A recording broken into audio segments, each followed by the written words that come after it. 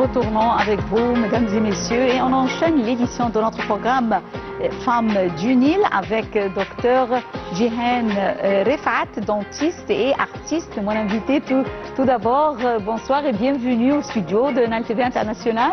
Bonsoir. Bienvenue. Bonsoir. Alors, entre la blouse, on peut dire la blouse blanche d'une dentiste et également le tablier d'une grande artiste. Alors, quand est-ce que vous avez décidé et vous avez dit que, eh bien, je veux faire les deux ensemble? Quand est-ce que vous avez pris cette décision? Oui, je vais vous raconter, c'est que moi, j'ai perdu ma mère à l'âge très jeune, j'avais 2 ans. 2 ans? Oui, et j'ai été mise à l'école du Sacré-Cœur comme pensionnaire pendant 5 ans, jusqu'à l'âge de 7 ans.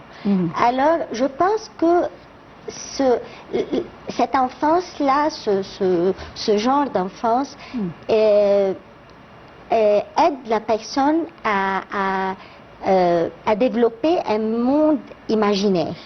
Je pense, j'ai l'impression, parce que c'est un bouée de sauvetage, ce monde imaginaire-là, un monde d'imagination. Alors j'ai eu toujours ce monde imaginaire, oui, dans ma tête jusqu'à présent. Hein, je ne vis pas sur Terre. Alors, ça c'est une chose. Et la seconde, c'est que ma mère était artiste. Alors, c'est vrai que malheureusement, j'ai pas eu la chance de vivre auprès d'elle, mais une partie de cette sensibilité artistique m'a été transmise à travers elle. Je me contente de ça amplement. Oui, c'est sûr, parce que toujours lorsqu'il y a une artiste, alors on voit comment ces enfants, même s'ils ne sont pas tous les enfants, mais il y a quelqu'un de la famille, même si c'est son petit-fils. Alors, tout à fait. Elle était artiste, elle jouait l'accordéon, elle chantait, elle était psychiatre, mais en même temps, elle a étudié la médecine. Alors, comme vous, elle était médecine et en même temps et en même temps chanteuse et accordéoniste. Alors, je pense que ça m'a aidé à développer ce côté artistique dont j'ai toujours aimé et essayé de développer tout le long de ces années. Oui. Alors, on peut dire que le groupe d'aujourd'hui vous a préparé un petit commentaire sur votre vie. Alors, voyons-le ensemble, s'il vous plaît.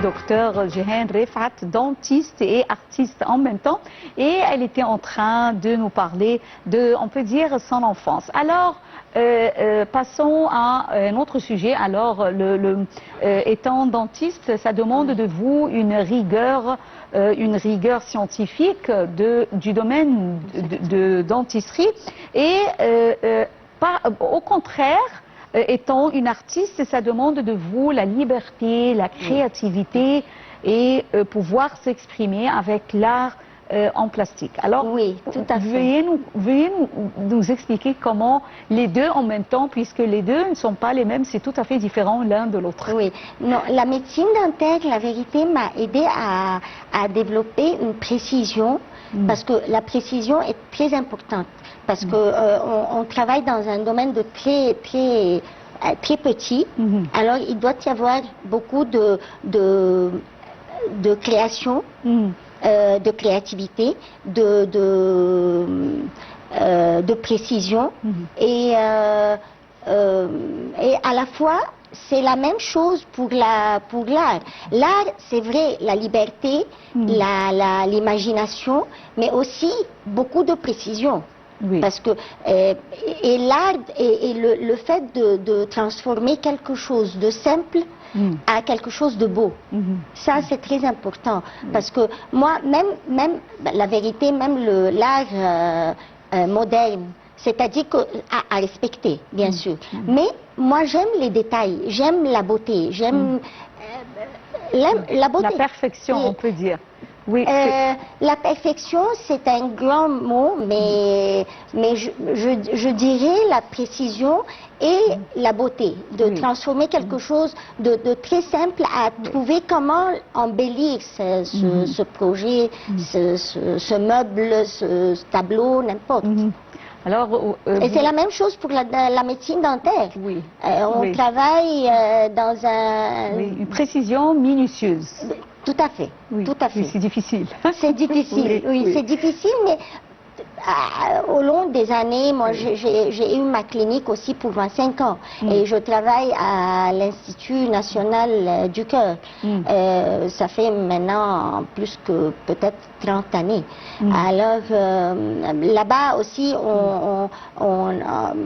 c'est-à-dire qu'on rencontre beaucoup de gens, beaucoup de niveaux différents et il y a l'humanité aussi. Oui. Oui, mais pourquoi vous travaillez dans l'Institut du cœur, est-ce qu'il y a des dentistes là-bas? Ah oui, tout à fait, parce qu'il y a justement département une bactérie qui s'appelle subacute bacterial endocarditis, qui va directement à travers le sang. Oui, s'il y a un septic focus, excusez-moi, oui. Directement au cœur. Alors, ça doit être, si quelqu'un, on prépare toujours les patients qui vont être opérés pour bien les préparer avant les opérations, Oui. Alors, docteur Jehan Refat, est-ce que vous utilisez parfois des outils, des matériaux du domaine dentiste? Ou bien non, pas jamais? Par exemple, il y a des résines, des métaux, des instruments de précision, par exemple.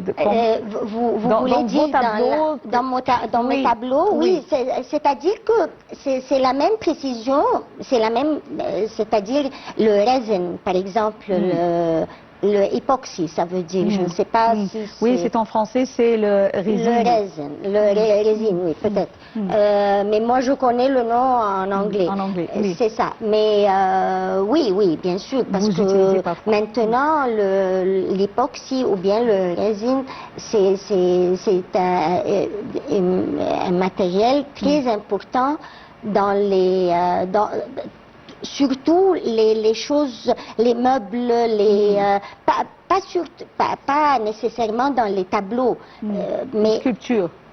Oui, les statues, tout ça, ça demande aussi du résine, oui. Alors, en tant que dentiste, alors vous travaillez je peux vraiment, oui, un peu utiliser, les outils. Oui. Mais vous travaillez toujours sur le sourire du patient, sur, on peut dire également, les expressions de son visage, avec la bouche comme il le faut, et des choses pareilles. Alors, est-ce que cela vous a nourri votre regard sur l'art et les émotions? Oui, moi je pense que les deux champs, c'est-à-dire se complètent. Et je veux dire, tout s'enchaîne. Et comme l'art, il y a plein de domaines. Par exemple, la peinture sur soie, la peinture à l'huile, tout ça. En plus, il y a la porcelaine. La porcelaine. Parce que moi, je fais la pâte de la porcelaine. C'est pour cela que je dis que tout s'enchaîne. Tous les matériaux, les moyens artistiques, c'est-à-dire que c'est un apprentissage, je veux dire, c'est une passion d'apprentissage. Si par exemple, je finis, j'apprends par exemple résine, je veux l'appliquer sur la porcelaine. Si vous savez, vous voyez que tout s'enchaîne, vraiment tout s'enchaîne. On essaye de développer toujours nos talents. Oui. Et vous changez en même temps de temps en temps. Exactement, tout à fait. Vos patients, est-ce qu'ils savent que vous êtes dentiste? Oui. Qu'est-ce qu'ils disent quand ils le savent? Ils savent que je suis artiste, vous oui, le dites. Artiste, oui, parfois ils savent, oui, parfois. Est-ce que vous avez dans votre, par exemple, clinique, est-ce qu'il y a des tableaux, des arts? Oui, il y a des tableaux. J'avais, mais j'ai arrêté la clinique peut-être il y a quelques années. J'ai travaillé pendant 25 ans et j'avais mes tableaux et parfois je travaillais à la clinique si je n'avais pas de patients. Oui, je suis libre, alors je travaille. Et parfois, les patients rentrent et me trouvent en train de faire une peinture ou quelque chose dans le temps. Mais maintenant, je me suis complètement libérée pour la peinture et pour l'art. Oui. Quel est, on peut dire, le genre de peinture et d'art que vous aimez travailler? Je ne peux pas, vraiment, ça, c'est très difficile à dire parce que chaque domaine que j'essaye d'apprendre, je tombe amoureusement. Comme vous pouvez nous dire quelques exemples. Vraiment. Par exemple, la peinture sur soie. J'adore peindre sur soie, j'adore parce que vous travaillez avec quelque chose de très fin et les couleurs et l'effet du sel, l'effet de plein d'effets qui peuvent être appliqués sur la soie, dont on peut vraiment être stupéfait comment on peut transformer un simple tissu en une beauté pareille. Ça, vraiment, ça... Et beaucoup de délicatesse. Ça, c'est une chose. Il y a la peinture sur la toile, avec les couleurs d'huile, par exemple, les couleurs acryliques. Tout ça, c'est très intéressant aussi de découvrir la différence entre, par exemple, la peinture à l'huile. On peut ajouter et on peut complètement changer le tableau. À l'acrylique, c'est un peu difficile parce que les couleurs ne sont pas un peu... c'est-à-dire qu'on peut pas remplacer exactement les couleurs tout à fait, pas comme l'huile. Aussi, on travaille, et il y a le découpage. Le découpage, c'est un art de 3 dimensions parce qu'on a le tableau 2 dimensions, hein, la longueur et la largeur. La longueur et la largeur. Mais on peut transformer en profondeur aussi, en 3D. Ça, c'est un art superbe, vraiment, parce qu'on transforme un tableau de rien du tout comme une statue. Une statue, vraiment, une statue de dimension. Alors, c'est très, très intéressant comme art et on peut l'appliquer sur n'importe quel meuble. Et ça, vous voyez comment ça s'enchaîne. Changer l'immeuble avec cette petite... Oui, et on change tout à fait le meuble. Oui, le style, tout. On peut tout changer. Alors, vous voyez, la porcelaine, ça c'est une autre chose, la pâte. Comment on travaille la pâte et comment on peut faire un mix de tout ça, vous voyez, à transformer par exemple un meuble à une abat-jour.